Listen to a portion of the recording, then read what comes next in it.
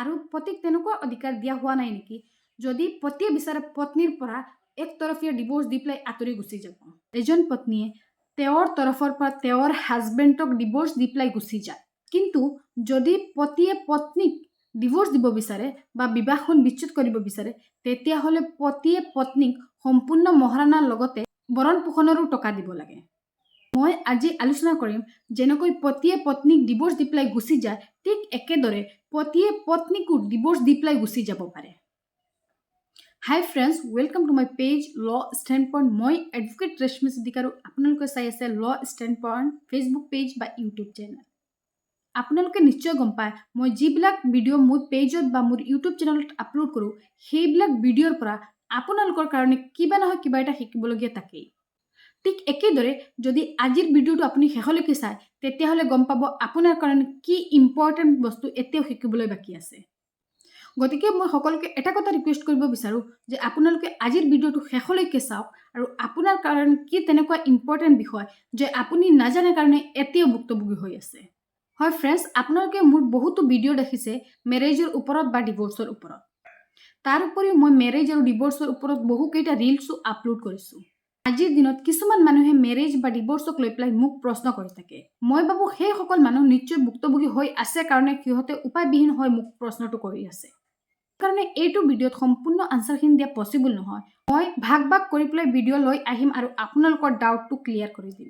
আজিকালি মই এটা বস্তু লক্ষ্য কৰিছোঁ যে যেনেকৈ আমাৰ সমাজত মেৰেজৰ হাৰ বৃদ্ধি হৈ আছে ঠিক একেদৰে ডিভোৰ্চৰ হাৰ অট'মেটিকলি বৃদ্ধি হৈ আছে। কেতিয়াবা আমি দেখা পাওঁ বিবাহ এখন হোৱাৰ 1 বছৰ পিছত পতিয়ে পত্নীৰ লগত থাকিব নিবিচাৰে, সেইকাৰণে পত্নীয়ে কোৰ্টত গৈ পেলাই খোলা ডিভোৰ্স বা একতৰফীয়া ডিভোৰ্স দি পেলাই পতিৰ পৰা আঁতৰি গুচি যায়।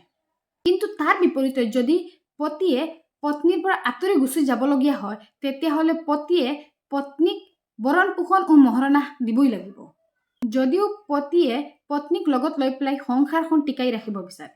আমাৰ ভাৰতৰ আইনত অকল পত্নীক তেনেকুৱা অধিকাৰ দিয়া হ'ল নেকি যে পত্নীয়ে বিচাৰিলে পতিৰ পৰা একতৰফীয়া ডিভোৰ্স দি পেলাই আঁতৰি গুচি যাব, আৰু পতিক তেনেকুৱা অধিকাৰ দিয়া হোৱা নাই নেকি যদি পতিয়ে বিচাৰে পত্নীৰ পৰা একতৰফীয়া ডিভোৰ্স দি পেলাই আঁতৰি গুচি যাব।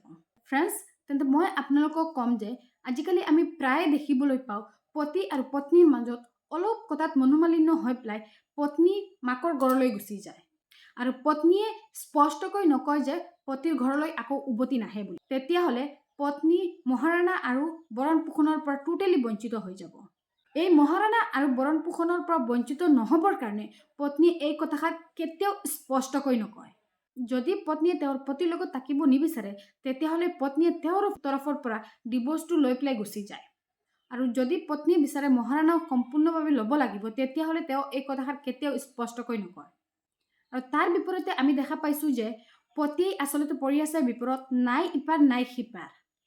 তেন্তে মই আপোনালোকক ক'ম যে যদি আপোনাৰ পত্নী কিবা অলপ কথাত মনোমালিন্য হৈ পেলাই মাকৰ ঘৰলৈ গুচি যায় আৰু উভতি নাহে বুলি স্পষ্টকৈ নকয় তেতিয়াহ'লে আপুনি আপোনাৰ পত্নীৰ বিৰুদ্ধে ডিভোৰ্স কেছ বা কমপ্লেইন কেছ ফাইল কৰি পেলাই আপোনাৰ পত্নীক কোৰ্টত মাতিব পাৰে। কিন্তু যদি আপোনাৰ পত্নী সমনখন বাৰে বাৰে পোৱাৰ পিছতো কোৰ্টত আহি হাজিৰ নহয় তেতিয়াহ'লে আপুনি কি কৰিব লাগিব?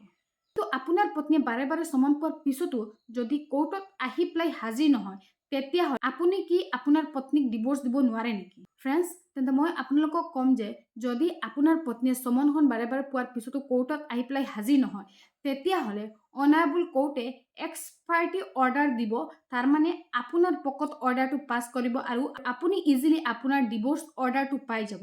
সেই সময়ত আপোনাৰ পত্নীৰ পৰা আপোনাৰ ডিভোৰ্স হৈ যাব বুলি অনাৰেবল কোৰ্টেও ডিক্লেয়াৰ কৰিব। গতিকে মই ভাবোঁ ভাৰতৰ আইনত যেনেকৈ অকল ছোৱালীকে তেনেকুৱা অধিকাৰ দিয়া হৈছে ঠিক একেদৰে ল'ৰাকো তেনেকুৱা অধিকাৰ দিয়া হৈছে। আৰু আপোনালোকৰ মন্তব্য কি মোক কমেণ্ট কৰি জনাওক। যদি আপুনি এনেকুৱা পৰিস্থিতিৰ সন্মুখীন হৈ আছে আৰু আপোনাৰ পত্নী মাকৰ ঘৰলৈ গুচি গৈছে আৰু আপোনালৈ উভতি নাহে তেতিয়াহ'লে আপুনি কোৰ্টত ডিভোৰ্স কেছ ফাইল কৰি পেলাই এক্সপাৰ্টি অৰ্ডাৰ ল'ব পাৰে, আৰু ডিভোৰ্সৰ এক্সপাৰ্টি অৰ্ডাৰ বা একতৰফীয়া অৰ্ডাৰখন লোৱাৰ পিছত আপুনি দ্বিতীয় বিবাহ কৰিব পাৰে। মই ইমানখিনি কোৱাৰ একমাত্ৰ উদ্দেশ্যটো হৈছে মোক এজনে কমেণ্ট কৰিছিলে যে তেখেতে আগতে এখন বিয়া পাতিছিলে আৰু এতিয়া তেখেতে দ্বিতীয় বিবাহ কৰিব পাৰিব নে নাই, কাৰণ তেখেতৰ পত্নী বহু দিনৰ পৰা মাকৰ ঘৰতে আছে আৰু তেখেতৰ পত্নী এইটোও নকয় যে তেওঁৰ লগত সংসাৰ কৰিব বুলি। গতিকে মোক যিজন ব্যক্তি এই প্ৰশ্নটো কৰিছে নিশ্চয় সেই ব্যক্তিজন ভুক্তভোগী হৈ পেলাই মোক প্ৰশ্নটো সুধিবলৈ বাধ্য হৈছে। তাৰপিছতো যদি কিবা কনফিউজন থাকে তেতিয়াহ'লে মোক কমেণ্ট কৰি জনাব। আজিলৈ ইমানখিনি, আকৌ আহিম এনেকুৱা ধৰণৰ গুৰুত্বপূৰ্ণ ভিডিঅ' লৈ পেলাই।